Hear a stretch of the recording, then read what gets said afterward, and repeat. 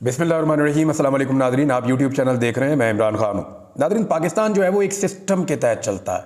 बहुत बड़ी खबरें हैं जो मैं आपके साथ शेयर करने जा रहा हूँ, लेकिन उससे पहले आपको बताना ज़रूरी है कि पाकिस्तान एक सिस्टम के तहत चलता है। इस सिस्टम के बेनिफिशरीज हैं। इसके अंदर एक बहुत बड़ी एलीट है, इसके अंदर एस्टेब्लिशमेंट है जो सारी चीज़ों को तय करती है और अपने मुताबिक चीज़ों को मोड़ती है, अपने मुताबिक चीज़ों को चलाती है। ये सिस्टम आज तक नहीं हारा। कई लोगों ने इस सिस्टम को चैलेंज करने की कोशिश की, लेकिन जितने लोगों ने भी इस सिस्टम के साथ सर टकराया उनका सर फूट गया। जितने लोग भी इस सिस्टम के सामने आकर खड़े हुए वो कुचले गए। सिस्टम बहुत ताकतवर है, लेकिन पहली मर्तबा एक शख्स इस सिस्टम से टकराया और उसने सिस्टम की बुनियादें हिलाकर रख दी हैं। आज सिस्टम को पहली मर्तबा बहुत बड़ी शिकस्त हुई है। ये क्या शिकस्त है मैं आपके साथ शेयर करता हूं फैक्ट्स के साथ। यानी ये पाकिस्तान दो टुकड़े हो गया, लेकिन ये सिस्टम नहीं हारा। पाकिस्तान का आम आदमी बार बार हारा, ये सिस्टम नहीं हारा। पाकिस्तान का मजदूर हार गया, किसान हार गया, सियासतदान हार गया। जितने मुहिब्बे वतन पाकिस्तानी हैं जिन्होंने कभी आवाज़ उठाई वो सारे हार गए, लेकिन सिस्टम नहीं हारा। पहली मर्तबा सिस्टम को शिकस्त हो रही है, और ये कैसे हो रही है मैं आपको बताता हूं। पाकिस्तान तहरीक इंसाफ के MNAs को तोड़ना था, और ये कोई बहुत बड़ा टास्क नहीं था। पूरा सिस्टम इसके ऊपर काम कर रहा था, और सिस्टम ने इतने बुरे तरीके से आज तक काम नहीं किया जितने बुरे तरीके से अब काम किया।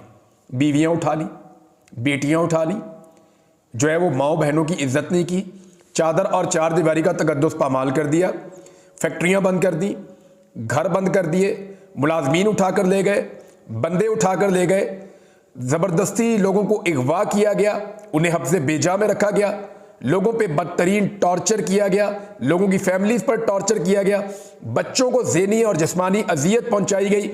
सिस्टम इस लेवल तक कभी नहीं गया था, और जिन लोगों के खिलाफ ये किया गया वो भी कोई कमज़ोर लोग नहीं थे, वो अवाम के मुंतखब नुमाइंदे थे। इससे पहले कभी ऐसा नहीं होता था, मुंतखब नुमाइंदे यूं करके काबू आ जाते थे। यानी एक टेलीफोन कॉल की मार होता है एक MNA या एक मिनिस्टर। ये बेचारे तो भेड़ बकरियों की तरह कभी इधर से भगाओ उधर भाग जाते हैं, उधर से करो उधर भाग जाते हैं, तो जिधर आप बिठाएं अच्छे बच्चों की तरह बैठ भी जाते हैं। लेकिन पहली मर्तबा ऐसा हुआ कि MNAs काबू नहीं आ रहे थे। और MNAs चाहिए कितने थे? टोटल 10-12 MNAs चाहिए थे, और 10-12 MNAs तो हो जाने चाहिए थे। लेकिन सेनेटर में और MNA में एक फ़र्क होता है, वो मैं आपको ज़रा बता देता हूँ। हुकूमत के पास 6 से 7 सेनेटर कम थे, हुकूमत के पास 10 से 12 MNAs कम थे। मैं ज़रा थोड़ा सा फ्लेक्सिबल कर रहा हूँ, एग्जैक्ट नंबर मुझे पता है, लेकिन थोड़ा सा मार्जिन में रख रहा हूँ। तो सेनेटर्स का मामला यह है कि वो इलेक्शन लड़कर नहीं आते, ये मैं आपको क्लियर बता दूँ। सेनेटर जो है वो ज़ाती ताल्लुकात की बुनियाद पर, सियासी लीडरशिप के साथ ताल्लुकात की बुनियाद पे, या एस्टेब्लिशमेंट और सिस्टम के अंदर उनकी एक अच्छी बातचीत होती है, उस बुनियाद पे सेनेटर जो है वो अवामी वोट के बगैर जो अवामी मुंतखब नुमाइंदे हैं उनके साथ गेम करके वो सेनेट में आ जाते हैं। उन्हें पब्लिक के पास नहीं जाना पड़ता। सेनेटर को जाके घर घर दरवाजे दरवाजे पे गली गली मोहल्ले मोहल्ले वोट नहीं मांगना पड़ता। सेनेटर जो है वो लोगों के वोट का मोहताज नहीं होता। तो इसलिए सेनेटर इस बात को इतना समझते नहीं है, और उनको खरीदना उतना मुश्किल नहीं होता। अगर आप एक बड़ी अमाउंट लेकर बैठ जाएं, जैसे कि 100 करोड़ की आजकल बात हो रही है, तो सेनेटर खरीदे जा सकते हैं। पाकिस्तान तहरीक इंसाफ के 2 से 3 सेनेटर्स कंप्रोमाइज हुए, जिनमें खातून सेनेटर भी हैं, एक खैबर पख्तूनख्वा से हैं, और एक और सेनेटर का भी नाम आ रहा है, गालिबन वो भी खैबर पख्तूनख्वा से हैं। तो 3 सेनेटर्स कंप्रोमाइज हुए, और उन तीनों को यकीन है कि शायद दोबारा उन्हें पाकिस्तान तहरीक इंसाफ सेनेट में इलेक्शन लड़ने के लिए टिकट ना दे। हो सकता है वो दोबारा सेनेटर ना बने, तो क्यों ना वो अपनी जिंदगी बना लें 100 करोड़ से, लेकिन वो भी बहुत मुश्किल है। वो इसलिए मुश्किल है कि लोग जीना हराम कर देंगे। ये पाकिस्तान में रहे, पाकिस्तान के बाहर दुनिया में कहीं पे भी रहे, हर तरफ पाकिस्तानी मौजूद है, और पाकिस्तानी आकर इनको बताएंगे कि आप लोगों ने गद्दारी की, आप लोगों ने आइन के ऊपर हमला किया, और आप लोगों ने पैसे की खातिर अपने ईमान को बेचा है। फजल रहमान साहब के साथ ये हुआ, बाकी जमातों के सेनेटर तोड़ने की, जोर लगाने की कोशिश की जा रही है। लेकिन MNAs ने क्योंकि जाना होता है पब्लिक के पास, उन्हें ये पता चल गया जी पहले तो हमें एस्टेब्लिशमेंट इलेक्शन जितवा देती थी, पहले तो एक टेलीफोन कॉल आती थी, हमें इलेक्शन जितवा दिया जाता था। अब वो वाली मौजें नहीं है। सारे के सारे MNAs जो जीत कर आए हुए हैं हुकूमती जमातों के, वो सूली पे टंगे हुए हैं। करोड़ों रुपया लगा के उन्होंने इलेक्शन लड़ा और इलेक्शन हार गए सारे। को 15-20 इलेक्शन वो जीते हुए हैं, बाकी सारे ही हारे हुए हैं। अब जो इलेक्शन PMLN के, पीपल्स पार्टी के, MKM के लोग हारे हैं, वो उनको जाली फॉर्म 47 दिए गए कि जनाब ये जाएं, आप मेंबर असेंबली हैं। मामला यह है कि वो भी ये जानते हैं कि बार बार हमें फॉर्म 47 नहीं मिलना, हमने जाना पब्लिक के पास ही है, तो बेड़ा गर्क हो जाएगा। तो जो फॉर्म 45 के मुताबिक एमएनए बनकर पहुंच गए कौमी असेंबली में, उन्होंने तो पैसा भी नहीं लगाया। पीटीआई के लोग ना कंपेन की ना पैसा लगाया, सिर्फ ये बताया कि मैं इमरान खान का उम्मीदवार हूं। लोगों ने इतने ठप्पे मारे और अजीब अजीब निशानों पे मारे, लोगों ने जिता दिया। अब एमएनएज नहीं टूट रहे, एमएनएज पूरे नहीं हो रहे। बड़ी कोशिश की है, सरतोड़ कोशिशें की है, 4, 5, 6 से आगे फिगर जाता ही नहीं है। बड़ी कोशिश की है, इदारों ने कोशिश करके देख ली, जो हसास इदारों ने कोशिशें करके देख ली, हुकूमत ने पूरी कोशिश कर ली, वुज़रा ने कोशिश कर ली, पैसों के बैग फिरा दिए, सारा कुछ करके देख लिया, माने ही नहीं। उनके घर तक तोड़ दिए, बच्चों और फैमिलीज को हरासा कर दिया, वो नहीं माने। अगवा शुरू हो गए, फिर भी नहीं माने। तो एमएनएज नहीं टूटे, तो फिर एक नया हथकंडा इस्तेमाल किया गया। वो ये किया गया कि इलेक्शन कमीशन ऑफ पाकिस्तान को दोबारा उनकी मीटिंग करवाई गई और वहां पे इलेक्शन कमीशन ऑफ पाकिस्तान ने फैसला किया कि ये एक काम करते हैं कि मखसूस नशिस्तें जो ले ली गई थी, जो पाकिस्तान तहरीक इंसाफ का हक है, वो मखसूस नशिस्तें हमने ले ली थी सरकार से सुप्रीम कोर्ट के कहने पर, तो वो वापस सरकार को दे देते हैं मखसूस नशिस्तें, तो इनके एमएनएज पूरे हो जाएंगे मखसूस नशिस्तें मिलने पर।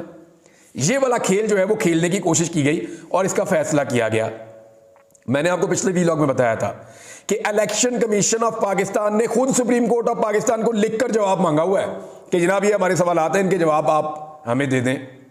इलेक्शन कमीशन ने खुद दोबारा लिखा था, सुप्रीम कोर्ट का जवाब नहीं आ रहा था। तो ये बेस्ट टाइम था जब सुप्रीम कोर्ट का जवाब आया, जब इलेक्शन कमीशन ने यह फैसला किया कि वो मखसूस नशिस्तें जो पाकिस्तान तहरीक इंसाफ की हैं आज के दिन में दोबारा दे देते हैं पीएमएलएन को, पीपल्स पार्टी को, एमकेएम को।